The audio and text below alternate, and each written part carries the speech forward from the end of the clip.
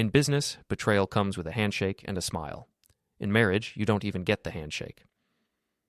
My name is Alex Carter, and I should have seen it coming. 40 years old, successful business consultant in downtown Chicago, married to Jessica for 8 years. I thought I knew the woman who shared my bed, my bank account, and my dreams of growing old together. Turns out, I knew jack shit. Before we dive deeper into this story, I have one small request. Please subscribe, drop a like, comment, and hit that hype button to boost this channel so more people can discover these incredible Reddit stories. The first crack appeared on a Tuesday in March. Jessica, my beautiful wife with her designer clothes and perfect smile, started taking calls in the bathroom. Not unusual for a high-end fashion designer, except she'd whisper and hang up the moment I walked in. "Work stuff," she'd say, not meeting my eyes. "You wouldn't understand the fashion world."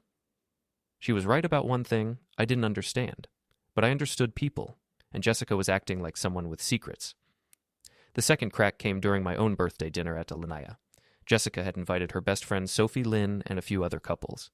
I was cutting into my steak when I heard Sophie whisper to her husband, "She can do better, you know. Alex is so ordinary." Jessica didn't defend me. She just smiled and changed the subject to her upcoming business trip to New York. I kept my poker face, learned that skill closing million-dollar deals, but inside, something cold settled in my chest. My wife's friends thought I wasn't good enough for her, and she agreed. The third crack shattered everything. I was at Gibson's Bar and Steakhouse the following Thursday, entertaining a client from Detroit. The restaurant was packed, dim lighting casting shadows across the crowded tables. I excused myself to take a call from my business partner Ethan, stepping toward the bar area. That's when I saw her. Jessica sat in a corner booth, wearing a black dress I'd never seen before. Expensive, the kind that hugged her curves like liquid silk. Across from her sat a man I didn't recognize. Tall, dark hair, expensive suit. He was sliding a small velvet box across the table toward her. My heart stopped. Jessica opened the box, her face lighting up with pure joy. She slipped the ring onto her right hand, not her wedding ring finger, but close enough. The man leaned across the table, cupping her face in his hands, and kissed her, not a friendly peck, a lover's kiss. My wife giggled like a teenager, pressing her forehead against his, whispering something that made him smile. I stood frozen, phone pressed to my ear, watching my marriage crumble in real time. Ethan's voice seemed to come from underwater. "Alex? You there, buddy? The Detroit client wants to know about the Q3 projections." "Yeah," I managed, never taking my eyes off my wife and her lover. "I'll call you back." I pulled out my phone and snapped a photo. Evidence for my own personal ledger. Jessica was too absorbed in her romantic moment to notice the camera flash. Walking back to my client, I forced a smile and made small talk about market trends while my world collapsed. Inside, my mind was already working, calculating, planning. If Jessica wanted to play games, she'd learned that I'd been playing them longer and better than she ever could. That night, she came home at midnight, claiming she'd been at a design meeting that ran late. She kissed my cheek with the same lips that had been on another man hours earlier. "How was your day, honey?" she asked, already heading toward the bathroom. "Interesting," I said, watching her carefully. "Very interesting." She paused at the bathroom door. "What's that supposed to mean?" "Just had some eye-opening meetings. You know how business can be full of surprises." Jessica stared at me for a long moment, then shrugged. "I'm exhausted. Don't wait up." As she closed the bathroom door, I heard her phone buzz, then her muffled voice whispering urgently to someone. My hands clenched into fists. I opened my laptop and started typing a text to Ethan. "You ever hire a private investigator?" His response came back immediately. What kind of trouble are you in?" "The kind that requires professional help," I typed back. "Know anyone good?" "Ray Moreno, old school PI, used to be Chicago PD. Expensive but thorough. Want his number?" "Send it." I stared at the contact information Ethan sent, then at the photo on my phone. My wife accepting jewelry from another man. 8 years of marriage, and it had come to this. Hiring a stranger to document my wife's betrayal. Jessica emerged from the bathroom in silk pajamas, her phone nowhere in sight. "You coming to bed?" she asked. "In a minute," I said, not looking up from my laptop. "Just finishing some work." She slid into bed without another word.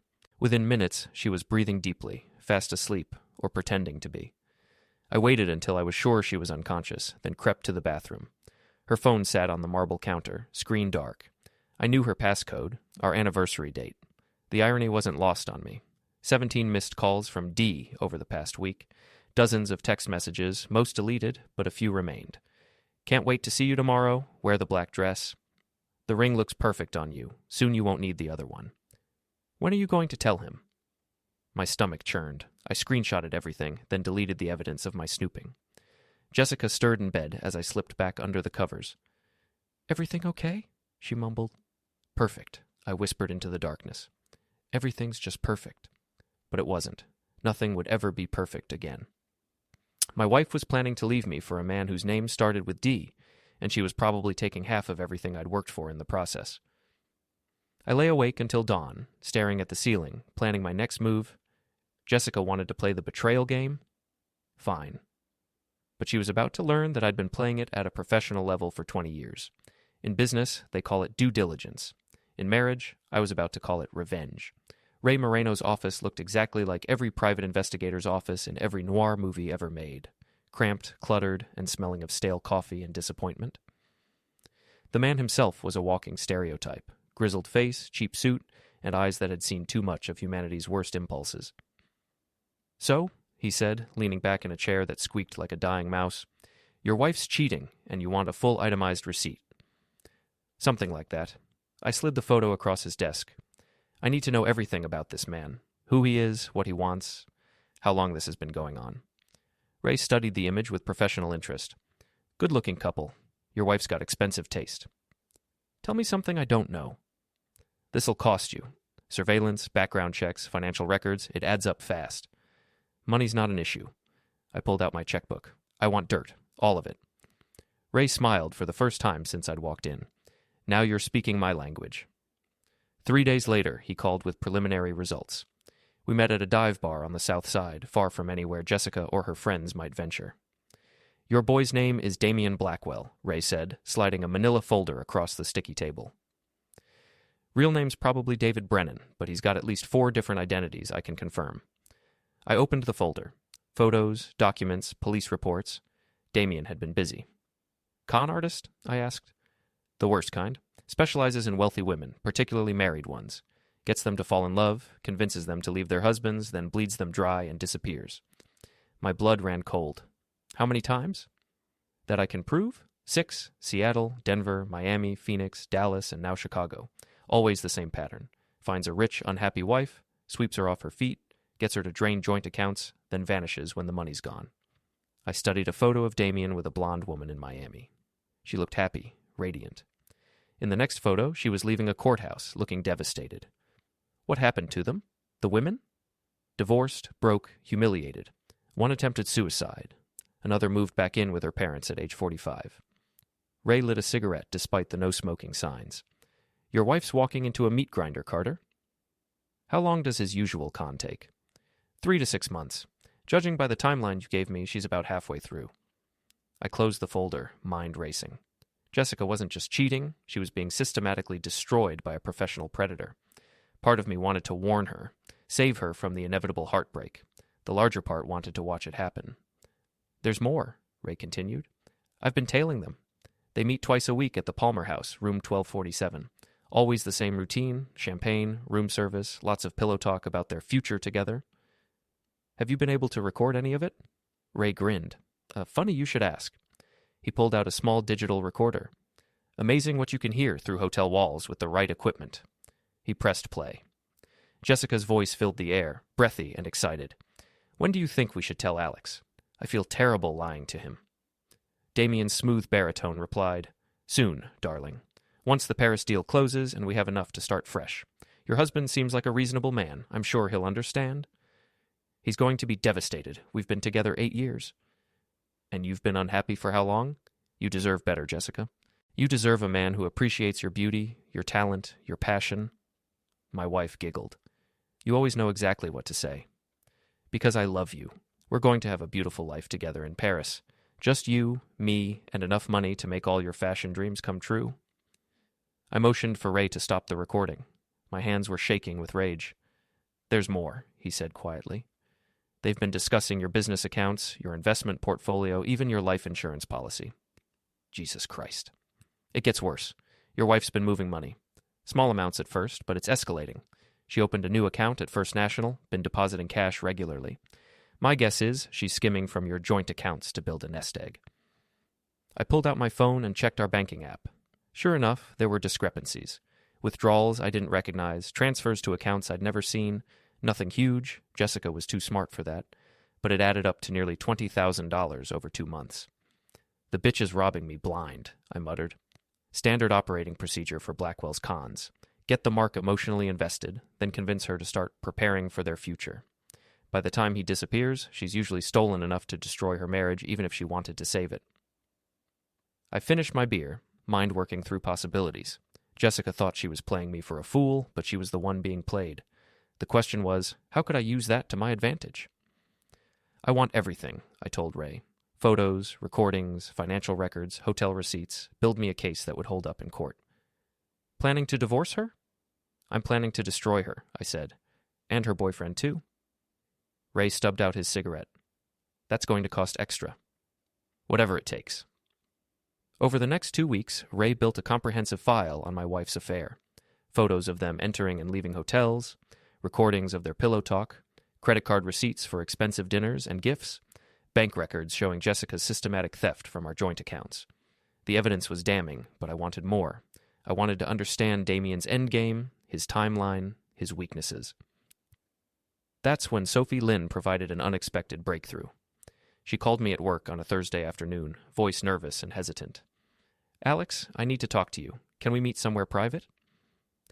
We met at a coffee shop in Lincoln Park, far from Jessica's usual haunts. Sophie looked uncomfortable, fidgeting with her purse strap. I know about Jessica and Damien, she said without preamble. You know? I've known for weeks. She made me promise not to tell you, said she was going to handle it herself. Sophie's eyes filled with tears. Alex, I'm so sorry. I should have said something sooner. What exactly do you know? Everything. She's planning to leave you next month. Damien's convinced her that you don't appreciate her, that you're holding back her career. He's promised to take her to Paris, set her up with fashion contacts there. My jaw clenched. What else? She's been taking money, not just from your joint accounts. She's been selling jewelry, artwork, anything valuable she can get her hands on. She thinks you haven't noticed. I've noticed. Sophie reached into her purse and pulled out a folded paper. She asked me to hold this for her. I made a copy before giving it back. It was a bank statement for Jessica's secret account. The balance was over $50,000. She's planning to clean out your main account next week, Sophie continued. Damien told her it's the only way to ensure their fresh start in Paris. I stared at the bank statement, fury building in my chest. My wife wasn't just cheating, she was systematically robbing me to fund her new life with a con artist. Why are you telling me this? I asked. Because you're a good man, Alex. You don't deserve this. And because... She hesitated, then continued. Because I think Damien's dangerous. There's something about him that scares me. Dangerous how? The way he looks at people, like he's calculating their worth. And Jessica's changed since she's been with him. She's become cruel, entitled, like she thinks she's better than everyone else. I folded the bank statement and put it in my pocket. Thank you for telling me. What are you going to do? What I should have done weeks ago, I said. I'm going to fight back. That evening, Jessica came home late again, claiming she'd been at a fabric supplier's showroom. She was wearing new earrings, diamonds that probably cost more than most people's cars. Nice earrings, I said casually. She touched them self-consciously. These old things? I've had them forever. Really? I don't remember seeing them before. You don't notice jewelry, Alex. You never have. She was right about that. But I was noticing everything now.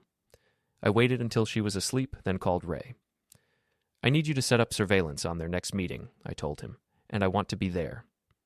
That's not a good idea, Carter. You're emotionally involved. This is my life they're destroying. I want to watch them do it. Ray sighed. Your funeral. They're meeting tomorrow night at the Palmer House. Room 1247, same as always. I'll be there. Just don't do anything stupid. We need clean evidence, not assault charges. Don't worry, I said, staring at my sleeping wife. I'm going to be very, very smart about this. The charity gala at the Four Seasons was Jessica's idea. We need to be seen together more, she'd said. People are starting to talk. She was right. People were talking, but not about what she thought. I straightened my bow tie and watched Jessica apply lipstick in our bedroom mirror. She looked stunning in a silver gown that probably cost more than most people's monthly rent. Money well spent, considering it might be the last expensive dress I'd ever buy her. You look beautiful, I said, meaning it despite everything. She smiled at me in the mirror. Thank you. You clean up pretty well yourself. For a moment, I almost forgot about Damien, the recordings, the stolen money. Almost forgot that my wife was planning to destroy our life together. She looked like the woman I'd fallen in love with 8 years ago. Then her phone buzzed. She glanced at it, smiled, and typed a quick response. Work? I asked. Sophie. She's running late to the gala. Another lie. Sophie had texted me an hour ago to confirm she'd be there early to help with our plan. The Four Seasons ballroom was packed with Chicago's elite. Politicians, business leaders, socialites, all gathered to throw money at underprivileged children while sipping champagne that cost more per bottle than those same children's families made in a week. Jessica worked the room like a professional, air-kissing acquaintances and networking with potential clients. I stayed close, playing the dutiful husband while scanning the crowd for Damien. I found him near the bar, looking perfectly at home in his expensive tuxedo. He was talking to an older woman dripping in diamonds, probably already sizing up his next mark. Excuse me, darling, I told Jessica. I need to freshen my drink. I approached Damien with my best business smile. Great party, isn't it? He turned, and I got my first close look at the man who was destroying my marriage. Handsome in a generic way, with the kind of practiced charm that came from years of manipulation. Absolutely, he said, extending his hand. I don't think we've met. Damien Blackwell. Alex Carter. I shook his hand, resisting the urge to break his fingers. I haven't seen you at one of these before. Are you new to Chicago? Relatively. I'm in international business development. Fashion industry, primarily. Of course he was. Really? My wife Jessica's in fashion. Jessica Carter, she's the designer behind Meridian Couture. Something flickered in Damien's eyes. Recognition, calculation, maybe a hint of panic. I don't think I know her work, he said carefully. She's right over there. I pointed across the room to where Jessica was talking with the mayor's wife. The blonde in the silver dress. Stunning, isn't she? Damien followed my gaze, and I watched his face carefully. He was good. I had to give him that. His expression remained neutral, professionally interested. She's very beautiful, he said. You're a lucky man. I like to think so.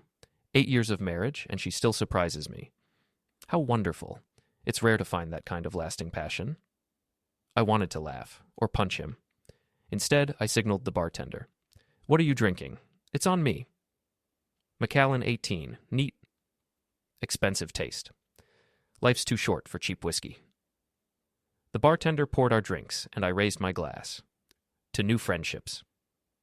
To new opportunities, Damien countered. We drank, and I studied him over the rim of my glass. He was smooth, confident, probably used to charming his way out of any situation, but he didn't know what I knew. He thought he was playing me when I was 3 moves ahead. So, I said casually, international business development.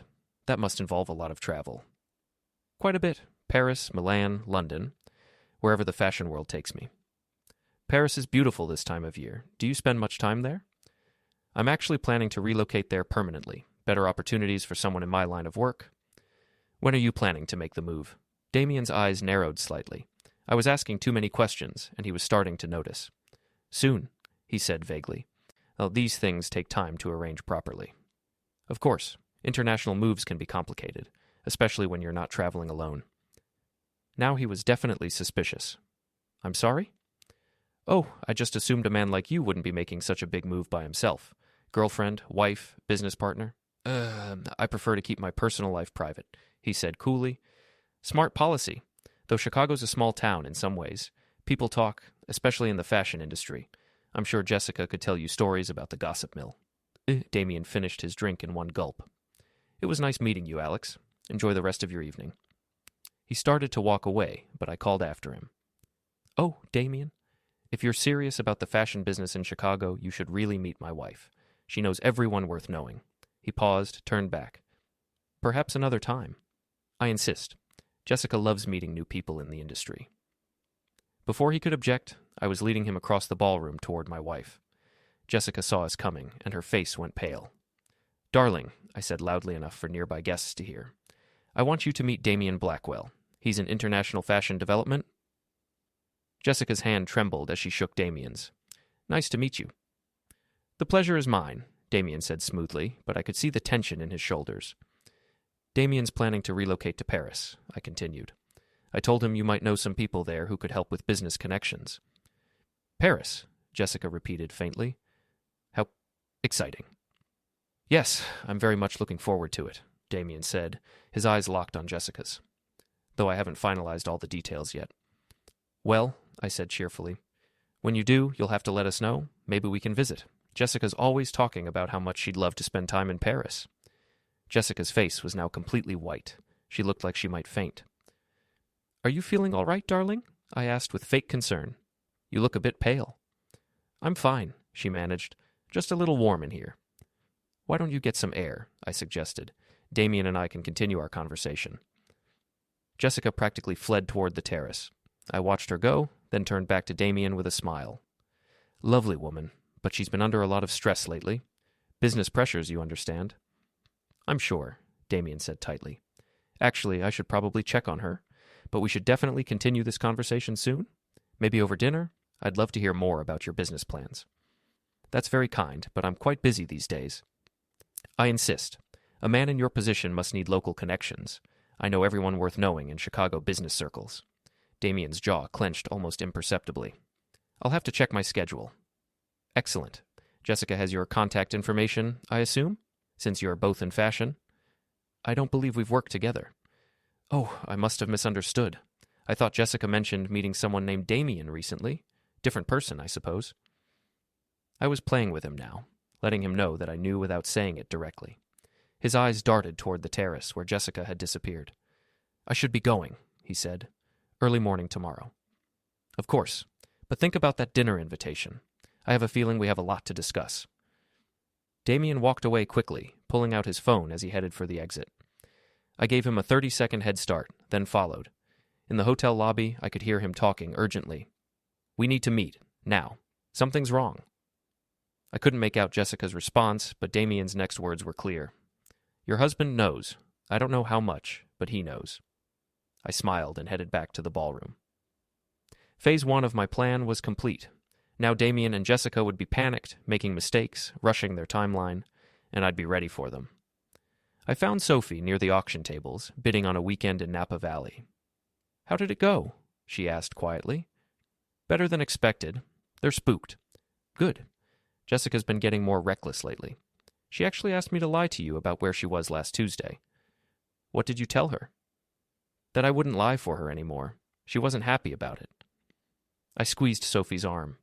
Thank you for everything. Just promise me you'll be careful, Alex. I meant what I said about Damien being dangerous. I can handle Damien. It's not Damien I'm worried about, she said. It's Jessica. She's changed, Alex. She's not the woman you married. I looked around the ballroom at all the wealthy, successful people pretending to care about charity while plotting their own selfish schemes. Jessica fit right in. No, I agreed. She's not. Jessica returned from the terrace 20 minutes later, composed but shaken. She stayed close to me for the rest of the evening, playing the perfect wife while her eyes constantly scanned the room. Ready to go home? She asked as the event wound down. Whenever you are, darling. In the car, she was quiet until we were halfway home.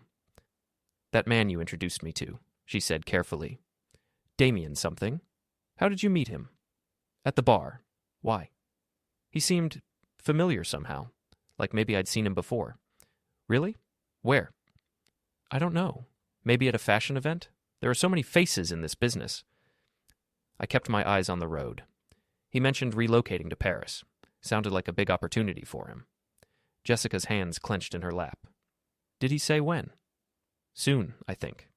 Why? Are you interested in Paris connections? Just curious. You know how I feel about international markets. We pulled into our driveway, and Jessica hurried inside ahead of me. By the time I got to our bedroom, she was already in the bathroom with the door locked. I could hear her talking on the phone, voice low and urgent. I pressed my ear to the door, but could only make out fragments. Can't keep doing this. He's suspicious. Need to move faster. When she emerged 15 minutes later, her eyes were red and puffy. Everything all right? I asked. Fine, just tired. She climbed into bed without kissing me goodnight, a first in 8 years of marriage. I lay awake listening to her restless breathing, planning my next move. Damien and Jessica were panicked, which meant they'd either abandon their plan or accelerate it. Given the amount of money Jessica had already stolen, I was betting on acceleration. My phone buzzed with a text from Ray. Subjects are meeting tomorrow morning, 9 a.m., Lincoln Park Zoo. Unusual location. They're definitely spooked. I typed back, perfect, time to turn up the heat. Tomorrow, I'd start phase 2 of my revenge. Jessica and Damien thought they were the predators in this story, but they were about to learn that the prey had teeth. I followed them to Lincoln Park Zoo the next morning, staying far enough back to avoid detection. Ray had positioned himself near the penguin exhibit with a long-range microphone, while I watched from behind the information kiosk. Jessica looked nervous, constantly checking over her shoulder. Damien appeared calmer, but I could see the tension in his posture. They found a bench near the seal habitat, away from the morning crowd of families and school groups. Through Ray's equipment, I could hear every word. "He knows," Jessica said without preamble. "I don't know how, but Alex knows about us." "How can you be sure?" "The way he looked at me when he introduced you, and the questions he asked. About Paris, about your business, about whether we'd met before. It wasn't casual conversation." Damien was quiet for a long moment. "We need to accelerate our timeline." "What do you mean?" "I mean, we leave next week. I've got contacts in Paris who can help us disappear until things cool down." "Next week?" "But I haven't finished transferring the money from our main account. There's still almost $200,000 I can't access without Alex's signature." "Forget the money. We'll make do with what you've already saved." Jessica's voice rose. $50,000 won't last long in Paris. We need more time." "We don't have more time. Your husband's onto us," which means he's probably building a case. Divorce lawyers, private investigators, maybe even criminal charges for the money you've already taken. "Criminal charges?" Jessica sounded panicked. "You said this was just borrowing against my share of the assets." "It is, legally speaking, but that won't stop him from making your life hell." I smiled grimly. Damien was right about that part. "So what do we do?" Jessica asked. "We stick to the plan, just faster. Clean out whatever accounts you can access today. Pack light, just essentials. We leave Friday night." "And go where?" "I've got a place in Montreal. We can lay low there for a few weeks, then make our way to Paris." Jessica was quiet for several minutes. When she spoke again, her voice was different. Harder, more determined. "What about Alex? He's not going to just let this go." "What can he do? By the time he realizes you're gone, we'll be out of the country." "You don't know him like I do. Alex doesn't give up easily. He'll come after us." "Let him try. I've disappeared from bigger problems than one angry husband." I clenched my fists, imagining what it would feel like to punch that smug confidence off Damien's face. "There's something else," Jessica continued. "Sophie knows. She's been acting strange lately, asking questions about where I've been spending my time." "How much does she know?" "Everything, I think. She was always too smart for her own good." "Is she likely to warn your husband?" "I don't know. Maybe. She never liked the idea of me cheating." Damien stood up abruptly. "We can't take that risk. You need to handle Sophie." "Handle her how?" "Convince her to keep quiet. Threaten her if you have to, whatever it takes." Jessica looked shocked. "I can't threaten Sophie. She's my best friend." "She's a liability. Either you deal with her, or I will." The menace in his voice was unmistakable. I pulled out my phone and texted Sophie. "Stay away from Jessica today. We'll explain later." "Fine," Jessica said finally. "I'll talk to her." "Good. Now let's go over the timeline one more time." I'd heard enough. I signaled to Ray and headed for the parking lot. Phase 2 was about to begin, and it started with Damien's precious car. Damien drove a black Porsche 911, flashy, expensive, and probably leased under one of his fake identities. It was parked in the zoo's main lot, gleaming in the morning sun like a predator's smile. I waited until he and Jessica had gone their separate ways, then approached the car with a small bag of supplies I'd picked up at the hardware store. Sugar in the gas tank was a myth, but there were other ways to disable a vehicle without causing permanent damage. I loosened the valve stems on all 4 tires, letting the air out slowly. Then I used a small screwdriver to scratch a message into the paint on the driver's side door. "Hands off my wife." It was crude, direct, and exactly the kind of thing a jealous husband might do in a moment of rage. Damien would get the message loud and clear. My phone rang as I was walking back to my car. "Carter, what the hell are you doing?"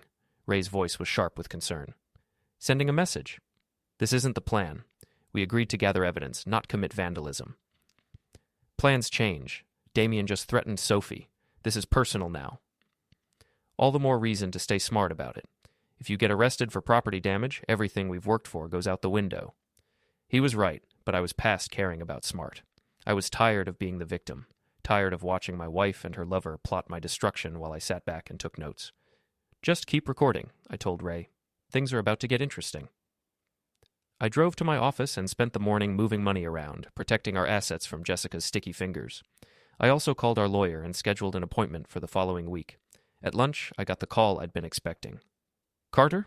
Damien's voice was tight with rage. We need to talk. I'm sorry, who is this? You know damn well who this is. We met last night at the gala. Oh, right, Damien, how are you? How am I? Someone vandalized my car and I think you know something about it. Really? That's terrible. Did you call the police? Don't play games with me, Carter. I know what you're doing. I'm having lunch. What are you doing? I'm warning you to back off. You're playing with forces you don't understand. I laughed. Forces? What is this? A comic book? You're a 2-bit con artist who picked the wrong mark, Damien. Or should I call you David Brennan? Silence on the other end of the line. That's right, I continued. I know exactly who you are and what you do. 6 cities, 6 women, 6 destroyed lives, but Chicago's going to be different. You don't know what you're talking about. Miami was particularly nasty, wasn't it? That poor woman in Coral Gables. What was her name? Linda Martinez? She tried to kill herself after you cleaned out her accounts. I never what? Never took her money? Never convinced her to leave her husband? Never disappeared in the middle of the night with everything she had? Damien's breathing was heavy on the other end of the line. Here's what's going to happen, I said calmly. You're going to leave Chicago. Today, you're going to disappear from my wife's life, and you're never going to contact her again. And if I don't, then I release everything I know about you to every police department in every city you've worked. I send your photo and your real name to every newspaper, every social media platform, every victim's advocacy group I can find. I make you famous, Damien. Is that what you want? You're making a mistake, Carter. I'm not someone you want as an enemy. Neither am I. I hung up and immediately called Ray. He took the bait, I said. He's rattled. Good, but be careful. Cornered animals are dangerous. So are angry husbands. That evening, Jessica came home looking frazzled. Her hair was disheveled, her makeup smeared, and her hands were shaking. Rough day? I asked innocently. Someone vandalized a friend's car. It's just unsettling. What kind of vandalism? Scratches, slashed tires. The police think it might be random, but what? Jessica looked at me carefully. But it feels personal, like someone was sending a message. What kind of message? I don't know. Something about staying away from someone's wife. I raised an eyebrow. Sounds like your friend might be involved with a married woman. Maybe. It's none of my business anyway.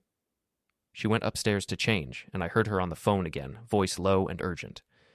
When she came back down, she was carrying a small suitcase. Going somewhere? I asked. Sophie's having a crisis. Her marriage is falling apart, and she needs someone to stay with her for a few days. Another lie. I'd spoken to Sophie an hour ago, and her marriage was fine. That's very kind of you, I said. How long will you be gone? I'm not sure. Maybe through the weekend. Well, give Sophie my best. I hope things work out for her. Jessica kissed my cheek, a perfunctory gesture, and headed for the door. Jessica? She turned back. Yes? Be careful out there. Sounds like there are some dangerous people around these days. Something flickered in her eyes. Fear, maybe, or recognition. I will, she said quietly. After she left, I called Ray. She's running, I said. Suitcase, fake story about staying with Sophie, the whole thing. Want me to follow her? No need. I know where she's going. I drove to the Palmer house and parked across the street. Sure enough, Jessica's Mercedes was in the valet area. Room 1247 was lit up, shadows moving behind the curtains. I sat in my car for 2 hours, watching, planning. They thought they were safe in their little love nest, making plans to destroy my life. But they had no idea what was coming. At 10 o'clock, I got out of my car and walked into the hotel lobby. The desk clerk was young, probably a college student working nights to pay tuition. Excuse me, I said, approaching the desk with a concerned expression. I'm trying to reach my wife. She's staying in room 1247, but she's not answering her phone. I'm worried something might be wrong. I'm sorry, sir, but I can't give out information about our guests. I pulled out my wallet and showed him my driver's license. Look, here's my ID. Jessica Carter. She's my wife. We had a fight, and she stormed out. I just want to make sure she's okay. The clerk looked uncomfortable. I really can't. Please, I'm not asking you to give me a key or anything. Just call the room and tell her Alex is in the lobby. If she doesn't want to see me, I'll leave." After a moment's hesitation, the clerk picked up the phone and dialed the room. "Mrs. Carter, there's a gentleman in the lobby who says he's your husband." "Yes, ma'am. I understand." He hung up and looked at me sympathetically. "She says to tell you she's not ready to talk yet." "I understand. Could you just give her a message? Tell her I know about Damien and I know about the money. Tell her we need to discuss this before it gets any worse." The clerk wrote down the message and promised to deliver it. I thanked him and left, satisfied that I'd planted another seed of panic. My phone rang before I'd even reached my car. "What the hell do you think you're doing?" Jessica's voice was shrill with fear and anger. "Trying to save our marriage," I said calmly. "By stalking me, by vandalizing cars, by threatening people. By trying to understand why my wife of 8 years is stealing money and planning to run away with a con artist. Damien's not a con artist. His real name is David Brennan. He's wanted in 6 states for fraud. He's done this exact same thing to at least 6 other women, Jessica. You're not special. You're just his latest mark." "You're lying." "Am I? Ask him about Linda Martinez. Ask him about Sarah Chen in Denver. Ask him about any of the women whose lives he's destroyed." Silence on the other end of the line. "Come home, Jessica. We can work this out." "I can't. It's too late." "It's not too late. Not yet." "Yes, it is." Her voice was small, defeated. "I've done things, Alex. Things I can't take back." "The money? We can fix that. It's just money." "It's not just the money. I've changed. I'm not the woman you married." "Then change back?" "I don't think I can." The line went silent. I stood in the hotel parking lot, holding my phone, feeling something break inside my chest. For a moment, I wasn't the calculating businessman plotting revenge. I was just a man whose wife had chosen someone else. But the moment passed. Jessica had made her choice, and now she'd have to live with the consequences. I drove home to my empty house and poured myself 3 fingers of scotch. Tomorrow, I'd implement the final phase of my plan. Tomorrow, Jessica and Damien would learn that actions have consequences. Tonight, I mourned the end of my marriage. I woke up Friday morning to 17 missed calls from Jessica. The first voicemail was panicked. "Alex, something's wrong. The police came to the hotel. They're looking for Damien. They have a warrant. Call me back." The second was desperate. "He's gone, Alex. Damien just disappeared. He left me here with nothing. The hotel bill, everything. It's all in my name. Please call me back." The third was broken. "I know you did this. I know you called the police, but I need help. I have nowhere else to go." I deleted the rest without listening and made myself coffee. Ray had outdone himself. Getting the Chicago PD to issue a warrant for Damien's arrest on fraud charges from his previous cons was a masterpiece of timing. My phone rang again. Jessica. "Alex, please. I need to come home." "Home?" I laughed. "You mean the home you were planning to rob blind before running off to Paris?" "I made a mistake, a terrible mistake, but I'm still your wife." "Are you?" "Because my wife wouldn't steal $50,000 from our joint accounts. My wife wouldn't plan to abandon our marriage for a con artist. My wife wouldn't lie to my face for months. I know I hurt you. Hurt me? Jessica, you tried to destroy me. There's a difference. What do you want me to say? That I'm sorry?" "I am. I'm so sorry, Alex. I was confused, and Damien made me believe things that weren't true." "What kind of things?" "That you didn't love me anymore. That you were holding me back. That we could have a better life together." "And you believed him?" "I wanted to believe him. Our marriage had become so routine, predictable. Damien made me feel alive again." I gripped the phone tighter. "So this is my fault?" "No, that's not what I meant. I'm trying to explain." "Don't. Just don't. You made your choice, Jessica. Now live with it." "The police want to question me about the money. They think I was part of Damien's con." "Were you?" "No, I thought he loved me. I thought we were building a life together." "With my money?" "With our money. Half of everything we have is legally mine." "Not the way you were taking it. Small withdrawals, cash deposits to secret accounts, selling property without my knowledge. That's not a divorce settlement, Jessica. That's theft." She was crying now. "I need a lawyer. I need help." "Then call your parents. Call your friends. Call anyone except me." "My parents won't take my calls. They found out about the affair. And my friends?" She trailed off. "What about your friends?" "Sophie told everyone. About Damien, about the money, about everything. They're all talking about me, Alex. Saying terrible things." I almost felt sorry for her. Almost. Actions have consequences, Jessica. You're learning that now. Please. I have nowhere else to go. The hotel kicked me out. My credit cards are maxed out. I spent everything on him. Not my problem anymore. I'm your wife. You're a stranger who happens to share my last name. The woman I married died months ago when she decided to betray everything we built together. I hung up and turned off my phone. I had work to do. The Chicago Tribune ran the story on Saturday morning. International con artist flees Chicago, leaves trail of broken hearts and empty bank accounts. The article detailed Damien's, David Brennan's, criminal history across 6 states, complete with photos and quotes from his previous victims. Jessica was mentioned by name as his most recent target, identified as a local fashion designer who may have lost her marriage and her savings to Brennan's elaborate romance scam. By Monday morning, the story had gone viral on social media. Door Chicago Conman was trending, and Jessica's photo was being shared alongside warnings about romance scams. Her fashion business, Meridian Couture, was flooded with negative reviews and canceled orders. I felt a twinge of guilt watching her life implode so publicly. But then I remembered the recordings of her planning to cut Alex loose, and the guilt disappeared. Ray called Tuesday afternoon with an update.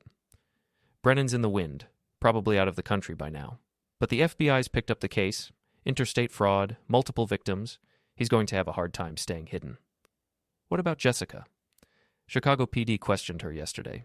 She's cooperating fully, claims she was as much a victim as anyone else. Is that going to work? Depends on how much sympathy the prosecutor has for cheating wives. The money she took from your joint accounts complicates things. How so? Technically, she had legal access to those funds, but the way she took them, small amounts over time, depositing cash to hide the source, that suggests intent to defraud. If you press charges, I'm considering it. Think carefully, Carter. Criminal charges against your wife will make this divorce very ugly, very public. It's already ugly and public. That evening, Jessica showed up at my office. Security called to ask if I wanted to see her. Send her up, I said. She looked terrible. Her hair was unwashed, her clothes wrinkled, her eyes red and swollen from crying. This wasn't the polished, beautiful woman who'd accepted jewelry from another man just weeks ago. This was someone who'd lost everything and knew it. You look like hell, I said without getting up from my desk. I feel worse. She sat down across from me, uninvited. I saw the article. Which one? There have been several. All of them. The Tribune, the Sun-Times, Channel 7 News. They're calling me the Chicago con man's wife. Catchy. This isn't funny, Alex. My business is ruined. My reputation is destroyed. I can't show my face anywhere in this city. That's what happens when you make spectacularly bad choices. I know I deserve this, but I need you to know the truth. I know the truth. I have recordings, Jessica. Hours of them. You and Damien planning your new life together, discussing how to steal more of my money, laughing about how clueless I was. She flinched as if I'd slapped her. You recorded us? A private investigator recorded you, in a hotel you were paying for with stolen money. I never meant for it to go this far. What did you mean exactly? To steal a little less? To lie a little better? To destroy our marriage a little more quietly? I meant to leave you properly. Divorce papers, lawyers, a fair split of assets. When? After you'd hidden everything you could get your hands on? Jessica was quiet for a long moment. When she spoke, her voice was barely a whisper. I was going to tell you about Damien. I was going to ask for a divorce and try to work things out fairly. When? After Paris. After we'd had time to figure out how to do it right. With my money. With money I thought was partly mine. You thought wrong. Community property doesn't work that way, and you know it. She looked up at me with desperate eyes. What do you want, Alex? What will it take for you to forgive me? Forgive you? I laughed, but there was no humor in it. Jessica, you didn't just cheat on me. You didn't just lie to me. You tried to systematically destroy everything I've worked for my entire adult life. You were going to leave me broke, humiliated, and alone while you started a new life with a criminal. I didn't know he was a criminal. You didn't care. As long as he was promising you a better life than the one you had with me, you didn't ask questions. That's not true. Isn't it? Did you ever wonder where his money came from? Did you ever ask why he was so eager to leave the country? Did you ever think it was strange that a successful international businessman had time to spend every afternoon in hotel rooms with someone else's wife? Jessica's face crumpled. I just wanted to feel special again, important, like I mattered to someone. You mattered to me.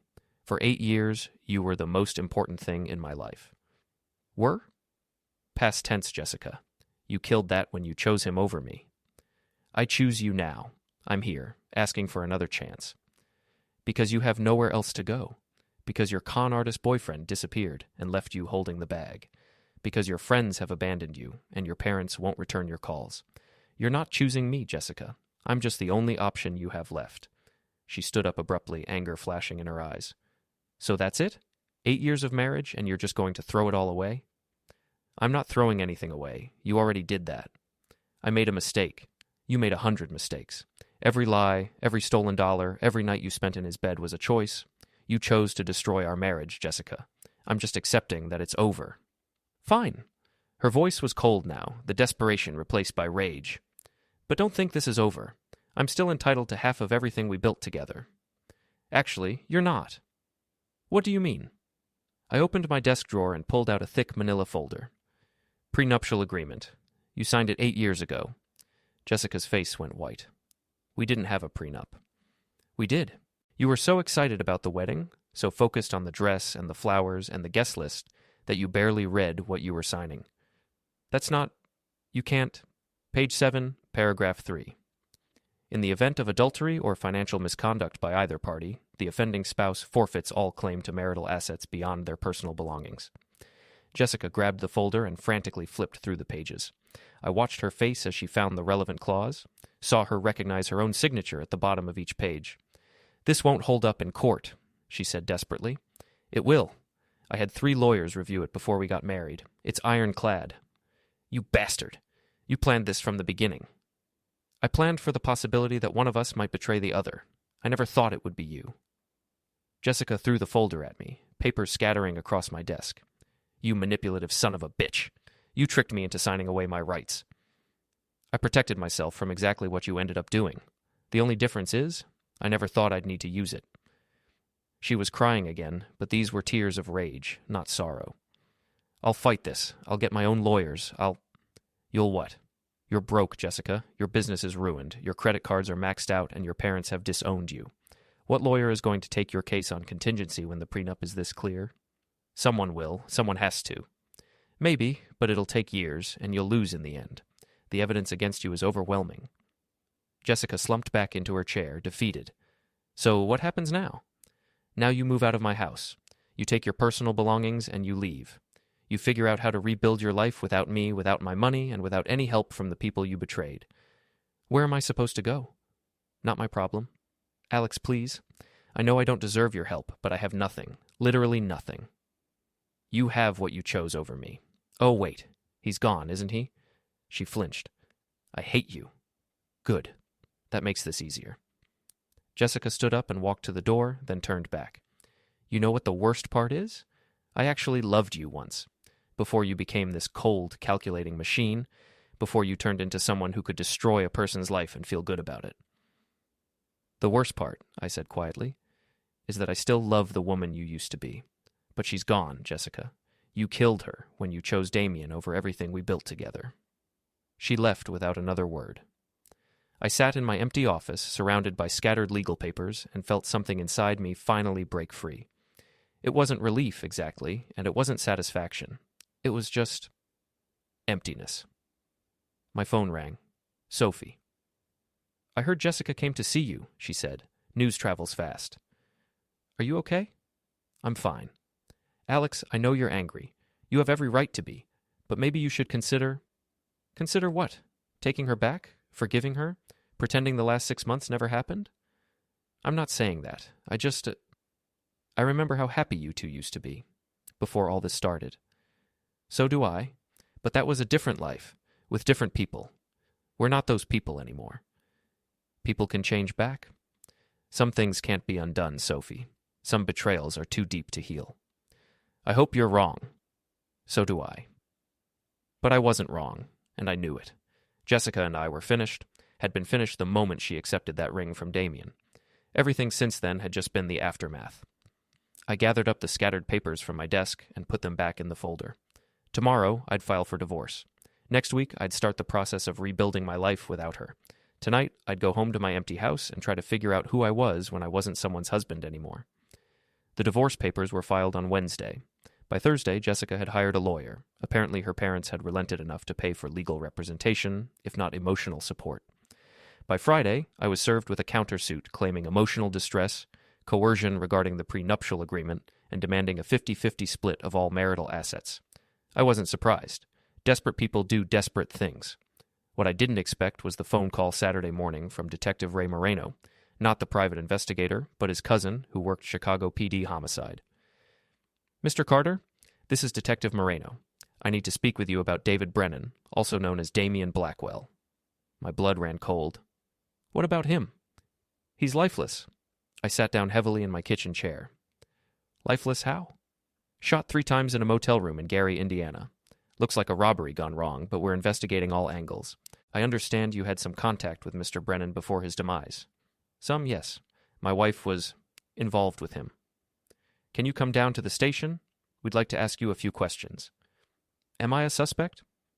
At this point, everyone who knew Mr. Brennan is a person of interest. This is just routine. Nothing about my life had been routine for months, but I agreed to come in. The interview was straightforward. Detective Moreno was professional, thorough, and clearly skeptical of everyone involved in Damien's web of lies. I told him about discovering the affair, hiring the private investigator, and confronting Damien at the charity gala. Did you threaten Mr. Brennan? He asked. I told him to leave my wife alone and get out of Chicago. How did he respond to that? He said I was making a mistake, that I didn't want him as an enemy. Did you take that as a threat? I took it as the bluster of a con man who'd been caught. Detective Moreno made notes, asked a few more questions about my whereabouts the night Damien was killed, home alone, no alibi, and let me go with instructions not to leave town. I drove home in a daze. Damien was gone. Shot in a motel room, probably by someone from his criminal past catching up with him. It should have felt like justice, but instead it felt like unfinished business. My phone was ringing when I walked through the front door. Jessica. Did you hear? Her voice was shaky. About Damien? Yes. The police think someone killed him. Someone did kill him. That's generally how people end up shot 3 times. This isn't a joke, Alex. They questioned me for 4 hours. What did you tell them? The truth. That I was involved with him, that he was planning to take me to Paris, that he disappeared when the warrant was issued. Did you tell them about the money? I had to. They already knew about the bank accounts. I rubbed my temples, feeling a headache building. Jessica, listen to me carefully. You need to get a criminal lawyer, not just a divorce attorney. Why? Because you were the last person to see Damien alive in Chicago. Because you had access to his plans, his contacts, his escape routes. Because a good prosecutor could argue that you killed him to keep him from exposing your involvement in his cons. That's insane. I loved him. You loved a lie, and now that lie is over, and you're the obvious suspect. I didn't kill him. I know that. But can you prove it? Silence on the other end of the line. Where were you Thursday night? I asked. At the Marriott downtown. I've been staying there since I threw you out. Can anyone verify that? Room service, maybe. I ordered dinner around 8. That's not an alibi, Jessica. Gary, Indiana is an hour drive from downtown Chicago. You could have left the hotel, driven to Gary, killed Damien, and been back by midnight. Why would I kill him? Because he abandoned you, because he left you to face the police alone, because he destroyed your life and then disappeared when things got complicated. I would never... You stole $50,000 from our joint accounts and planned to abandon our marriage for a criminal. 6 months ago, I would have said you'd never do that either. The line went quiet for a long moment. What should I do? She asked finally. Get a lawyer, a good one, and tell them everything. About the affair, the money, the plans to leave Chicago. Don't try to hide anything, because the police will find it anyway. Will you help me? Help you what? I don't know. Vouch for my character. Tell them I'm not capable of taking someone's life? I almost laughed. Jessica, 3 days ago you called me a manipulative son of a bitch and said you hated me. Now you want me to be a character witness? You know me better than anyone. You know I couldn't kill someone. I thought I knew you. I was wrong about everything else. Please, Alex, I'm scared. For the first time since this whole nightmare began, I heard the woman I'd married in her voice. Not the entitled, selfish person she'd become, but the vulnerable, frightened person she'd been when we first met. I'll think about it, I said. Thank you. Don't thank me yet. I haven't decided anything. I hung up and poured myself a drink. Damien was lifeless, Jessica was a homicide suspect, and I was somehow still getting pulled into their drama. The revenge I'd planned had been thorough, devastating, and completely legal. But homicide, that was never part of the equation. My phone rang again. This time it was Ethan. Jesus Christ, Alex. I just saw the news. Your wife's boyfriend is gone? Ex-boyfriend. And yes. Please tell me you didn't do anything stupid. Like what? Like hiring someone to kill him? I didn't hire anyone to kill anyone. I'm not a sociopath, Ethan. Okay, good, because the police are probably going to look at you pretty hard for this. They already are. Do you need a lawyer? Maybe. Probably. I don't know. I'll make some calls. Criminal defense, not divorce law. Thanks. Alex, are you okay? I mean, really okay? I looked around my empty house, thought about my destroyed marriage and my wife facing homicide charges, and tried to figure out how to answer that question. No, I said finally. I don't think I am. The next few days were a blur of lawyers, police interviews, and media attention. The story had everything reporters loved: adultery, fraud, homicide, and wealthy people behaving badly. My name was in every article, my photo on every news website. Cuckolded husband becomes prime suspect in con man's homicide. I hired the best criminal defense attorney in Chicago, a sharp woman named Patricia Vance, who specialized in white-collar crime and high-profile cases. The good news, she told me during our first meeting, is that you have no criminal record, no history of violence, and no apparent motive for homicide beyond the obvious. What's the bad news? The obvious motive is pretty compelling. Wealthy businessman discovers wife's affair with con artist, threatens said con artist. Con artist ends up lifeless. It's not complicated. But I didn't kill him. I believe you, but belief and proof are different things. Do you have an alibi for Thursday night? I was home alone. Security cameras, phone records, credit card usage? I ordered Chinese food around 7, paid cash when it was delivered. That's something. What about after dinner? I watched Netflix and went to bed. Patricia made notes. We'll subpoena your internet records, see if we can establish a timeline of your online activity. It's not perfect, but it's better than nothing. What about Jessica? She doesn't have an alibi either. Your wife is represented by separate counsel. I can't discuss her case. But she's a suspect too? Everyone who knew Brennan is a suspect until they're not. The investigation dragged on for 2 weeks. During that time, I learned more about Damien's criminal activities than I'd ever wanted to know. He wasn't just a romance scammer. He was involved in identity theft, money laundering, and drug trafficking.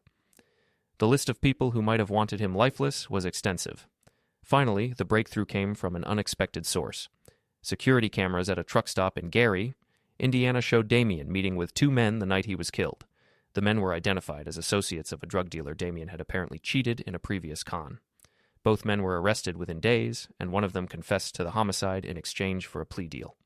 Detective Moreno called to give me the news personally. You're cleared, Mr. Carter.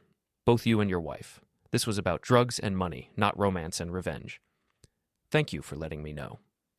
For what it's worth, I never really thought you did it.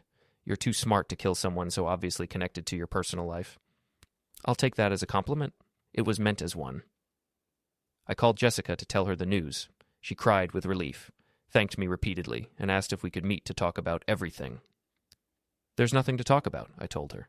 The divorce is still proceeding, the prenup still stands, nothing's changed. Everything's changed, Alex. Damien's gone. The whole nightmare is over. Your nightmare is over. Mine is just beginning. What do you mean? I mean I have to figure out how to live with what you did to us, to me. That doesn't go away just because the man you did it with is gone. But we could try again. Start over. No, we couldn't. Too much has happened. Too much has been said and done. I still love you. Maybe you do. But I don't love you anymore, Jessica. I don't even like you. You don't mean that? I do. You're not the woman I married. That woman died months ago when she decided that a con artist's promises were worth more than 8 years of marriage. People can change back. Some people can. You're not one of them. I hung up and blocked her number. The divorce would be final in 60 days. After that, I'd never have to speak to Jessica Carter again.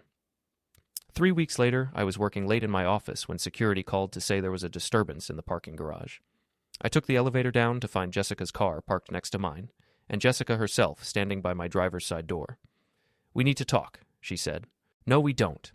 You're violating the restraining order. I don't care. I'm tired of lawyers and judges and legal papers. I want to talk to my husband. I'm not your husband anymore. The divorce was finalized yesterday. The papers don't change how I feel. They change everything else. Jessica looked terrible, thin, pale, her clothes hanging loose on her frame. The stress of the homicide investigation and divorce had taken its toll. "I'm leaving Chicago," she said. "Good. I wanted to say goodbye, and to tell you I'm sorry for everything. You've said that before. This time I mean it. You meant it before, too. That's the problem, Jessica. You mean everything you say when you say it. But your feelings change, your priorities change, and suddenly what you meant doesn't matter anymore. That's not fair." "Fair?" I laughed bitterly. "You want to talk about fair? Was it fair when you stole money from our accounts? Was it fair when you planned to abandon our marriage for a criminal? Was it fair when you lied to my face for months while plotting to destroy everything we built together? I know I hurt you. You didn't hurt me, Jessica. You destroyed me. You took everything I believed about love, about marriage, about trust, and you burned it to the ground. And you did it for a man who saw you as nothing more than another mark." Tears were streaming down her face. I know all of that, but I'm trying to make amends." "There are no amends for what you did. There's no apology that fixes it, no gesture that makes it right. You made your choice, and now we both have to live with it." "So that's it? After 8 years, you're just going to let me walk away?" "I'm not letting you do anything. You're choosing to leave, just like you chose to cheat, just like you chose to steal, just like you chose him over me." Jessica wiped her eyes and straightened her shoulders. "You're right. I did choose, and I chose wrong. But you're choosing too, Alex. You're choosing to hold on to anger instead of forgiveness, revenge instead of redemption. I'm choosing to protect myself from someone who's proven she can't be trusted. And I'm choosing to accept that I destroyed the best thing in my life for a fantasy that was never real." She turned and walked toward her car, then stopped and looked back. "For what it's worth, I really did love you. I still do." "If that's true," I said, "then you'll understand why I can never trust you again." Jessica nodded and got in her car. I watched her drive away, taillights disappearing into the Chicago night. I stood in the empty parking garage for a long time, thinking about the woman I'd married and the stranger she'd become. Thinking about trust and betrayal, love and revenge, the choices we make and the prices we pay. In the end, I'd gotten everything I wanted. Jessica was out of my life. Her reputation was destroyed, her business was ruined, and she'd lost everything she'd tried to steal from me. The prenup had held up in court, leaving her with nothing but her personal belongings and the knowledge that she'd thrown away a good marriage for a lie. It should have felt like victory. Instead, it felt like the end of everything I'd ever believed about love. I got in my car and drove home to my empty house, wondering if revenge was supposed to feel this hollow. The rain started as I pulled into my driveway, heavy drops that turned the city lights into blurred streaks of color. I sat in my car for a moment, watching the water run down my windshield, thinking about second chances and final endings. Tomorrow, I'd start rebuilding my life. I'd figure out who I was when I wasn't someone's husband, what I wanted when I wasn't fighting for what I'd lost. Tonight, I'd pour myself a drink and toast the end of my marriage and the birth of whatever came next. I walked to my front door through the rain, key in hand, ready to begin again. Next time, I'd pick the restaurant.